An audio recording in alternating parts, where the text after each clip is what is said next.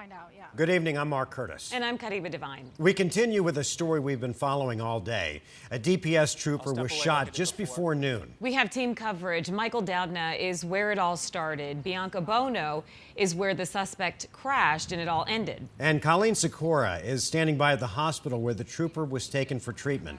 Let's begin with Michael Doudna, who's been at the scene all day. Michael?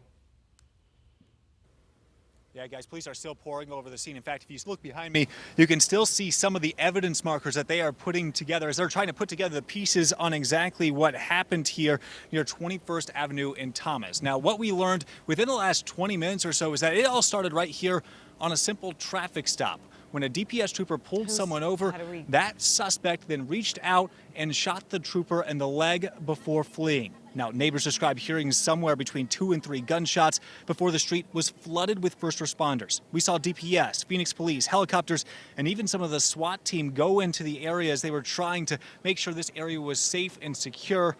Now, neighbors say this is a main street, but it is normally quiet and safe, and this was an unwelcome change, and that these types of shootings need to stop.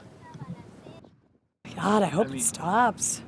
You know, I mean, cops need to be able to have the power that they should have to apprehend a suspect or somebody who's done something wrong without being shot at. And it's just really scary. Now, of course, this is a complex case with many different scenes, but it all started here with what seems to be a simple traffic stop. Guys, reporting live in Phoenix, Michael Doudna, 12 News. All right, Michael, thank you. And now we're going to head over to Team 12's Bianca Bono, who just was able to get an update from Phoenix Police. We'll head out to her. Bianca? Yeah, hey guys, we just heard from Phoenix Police a few minutes ago. In addition to the scene that Michael Doudna is at right now where that trooper was shot, we've learned there are 3 additional scenes, including the one that we're standing at right now. This is where everything came to an end earlier today.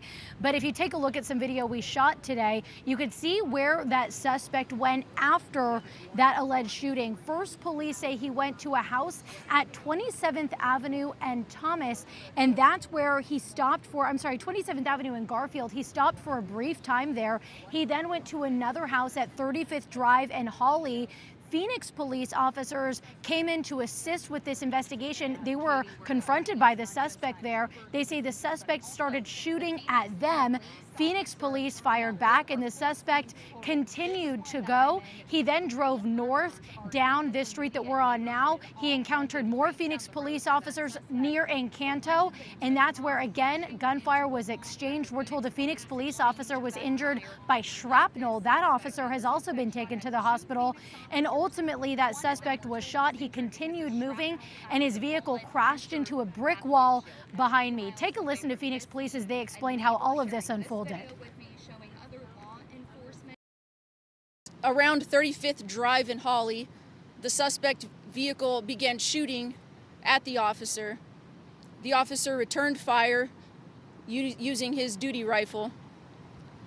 The suspect vehicle continued to drive away and fired at another officer that was at 36th Avenue in Encanto, striking this officer's police Tahoe a couple of times, one being in the front windshield. That officer was the one transported for possible shrapnel injury. The suspect vehicle continued to drive away, where it ended up down on 36th Avenue in Virginia here at the dead end, crashing into a wall. The suspect was found deceased in the vehicle with a gunshot wound. So you heard there just how dramatic this was for officers who responded to this scene. Again, we are right now close to where the suspect vehicle was found. It's unclear what exactly resulted in the suspect's death. We're still working to learn more information about who this suspect was. Police say they're still in the process of identifying him. So hopefully we will have that suspect's name shortly and learn more about why, the motivation behind all of this earlier today. For now, we're live in Phoenix. Bianca Bono, 12 News.